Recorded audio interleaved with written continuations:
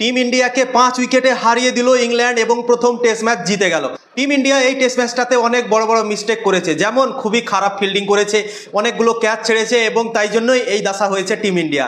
এবং বোলিংয়ে খুবই বাজে পারফরমেন্স করেছে দুটো ইনিংসই। জাসপ্রীত বুমরা সেকেন্ড ইনিংসে উইকেট পায়নি, কিন্তু প্রথম ইনিংসে দুর্দান্ত বল করেছিল এবং বাকি বোলাররা কেউ কিছু করতে পারেনি, খাস করে প্রসিদ্ধ কৃষ্ণা আর শার্দুল ঠাকুর খুবই বাজে বল করেছে এবং ভারতীয় দল ওই জন্যই পিছিয়ে থেকে গেছে।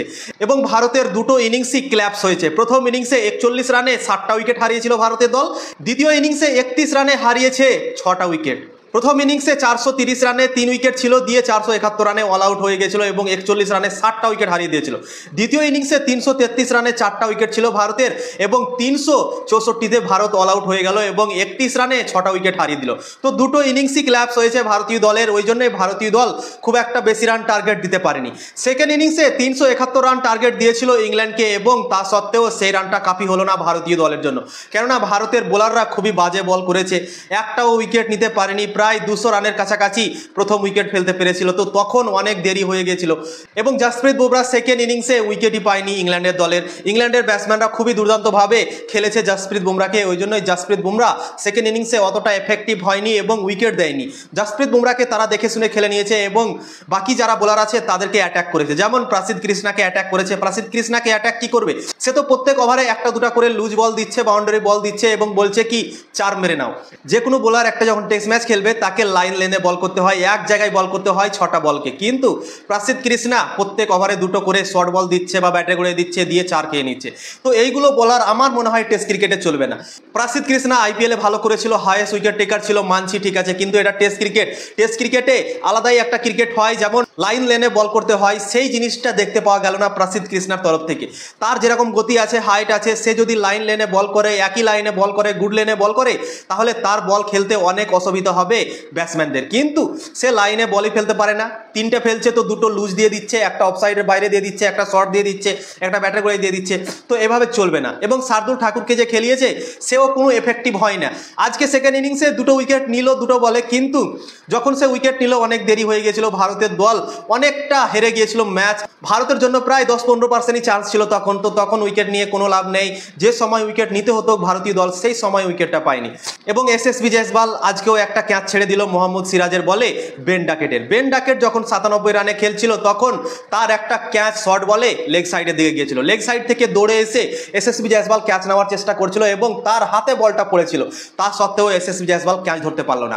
প্রথম ইনিংসে 3টে ক্যাচ ছেড়েছিল এসএসবি জয়সওয়াল এবং এই ইনিংসেও একটা ক্যাচ ছেড়ে দিল, লাড্ডু ক্যাচ, এবং টোটাল 4টা ক্যাচ ছেড়ে দিয়েছে এবং একটাও ক্যাচ সে ধরতে পারেনি এই টেস্ট ম্যাচে।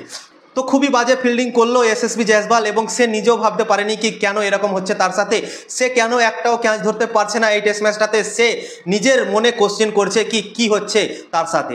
রবীন্দ্র জাদেজাও প্রথম ইনিংসে ক্যাচ ছেড়েছিল এবং ঋষভ পন্তও 2টো ক্যাচ ছেড়ে দিয়েছে এই দ্বিতীয় ইনিংসে। তো বেন ডাকেটের ক্যাচ ছাড়লো 97 রানে এসএসবি জয়সওয়াল এবং বেন ডাকেট দুর্দান্ত ইনিংস খেললো এবং 149 রানে পৌঁছে গেল সে, এবং তারপর শার্দুল ঠাকুরের বলে আউট হলো।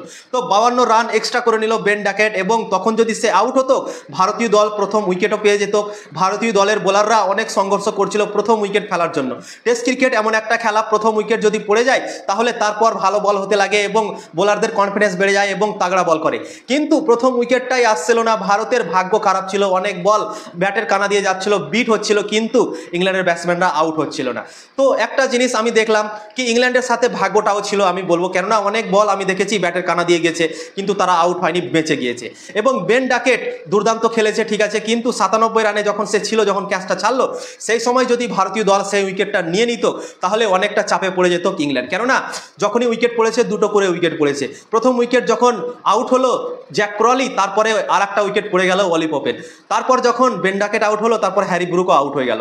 তো একটার সাথে একটা উইকেট পড়ে যাচ্ছে, মানে 2টো করে উইকেট পড়ছে যখন পড়ছে, তো তখন যদি সেই উইকেটটা নিয়ে নিতে পারতো তাহলে বেন ডাকেট এক্সট্রাভাবে 52 রানও করতে পারতো না এবং ভারতীয় দল কামব্যাক করে ভালো একটা জায়গায় থাকতে পারতো, হয়তো এই টেস্ট ম্যাচটা ভারত জিতেও যেত। কি ভারতীয় দল দুর্দান্ত ক্রিকেট খেলেছে, ব্যাটিং ভালো করেছে, কিন্তু ভারতীয় দলের কমতি থেকে গেছে বোলিংয়ে আর হচ্ছে ফিল্ডিংয়ে। দ্বিতীয় টেস্ট ম্যাচে যখন ভারতীয় দল মাঠে নামবে তখন বোলিংটাকে দারুণ করতে হবে এবং দু একটা চেঞ্জেস করতে হবে, যেমন প্রসিদ্ধ কৃষ্ণা এবং শার্দুল ঠাকুর, এই দুটো প্লেয়ারকে চেঞ্জেস করতে হবে। আমার মনে হয় এই দুটো প্লেয়ার টেস্ট ক্রিকেটে এখন চলবে না, তারা যা বল করছে এক লাইন লেনে বল করতে পারে না। তো এই দুজনকে আমার মনে হয় বসিয়ে দেওয়া উচিত এবং বাইরে যারা বসে আছে, আকাশদীপ বসে আছে, আশদীপ সিং বসে আছে, হার্ষিত রানা বসে আছে, তাদেরকে খেলা উচিত এবং নীতিশ কুমার রেড্ডিও বসে আছে শার্দুল ঠাকুরের পরিবর্তন হিসেবে, তাকেও নিয়ে আসতে পারে। তো দু তিনটে পরিবর্তন আমার মনে হয় করা উচিত ভারতীয় দলের। দ্বিতীয় টেস্ট ম্যাচে ভারতীয় দল দুর্দান্ত ব্যাটিং করেছে, 5টা সেঞ্চুরি করেছে একটা টেস্ট ম্যাচে, তো কত সুন্দর খেলেছে তোমরাই ভাবতে পারছো।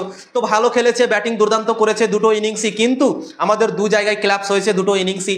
31 রানে আমরা 6টা উইকেট হারালাম এবং 41 রানে আমরা 7টা উইকেট হারালাম দুটো ইনিংসই। তো দুই ইনিংসই আমাদের ক্লাবস হয়েছে, ওখানে আমাদের কমতি থেকে গেছে, টেল থেকে আমাদের রান আসেনি, মানে বোলিং যারা আছে তারা আমাদেরকে রান করে দিতে পারেনি লাস্ট মুহূর্তে গিয়ে। তো তাই জন্য এরকম হাল হয়েছে, ভারতীয় দল কিছু একটা রান কম করতে পেরেছে এবং ক্যাচ ছাড়ার জন্য অনেক রান এক্সট্রা করতে পেরেছে ইংল্যান্ডের ব্যাটসম্যানরা।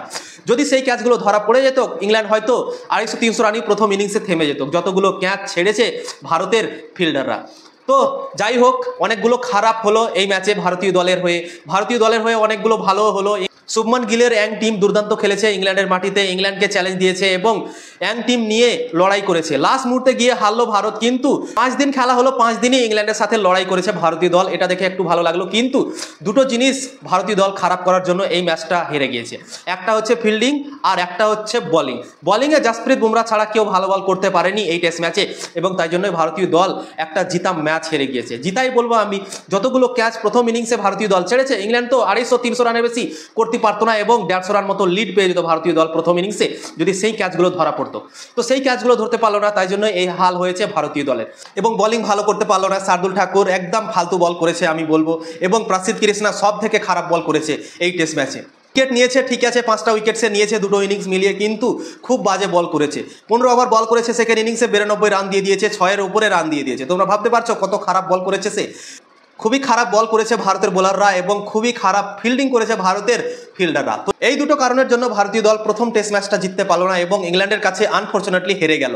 তো ঠিক আছে, ভারতীয় দল অসাধারণ খেলেছে, দুর্দান্ত খেলেছে, লড়াই করেছে, ইংল্যান্ডের মাটিতে গিয়ে ইংল্যান্ডকে চ্যালেঞ্জ করেছে।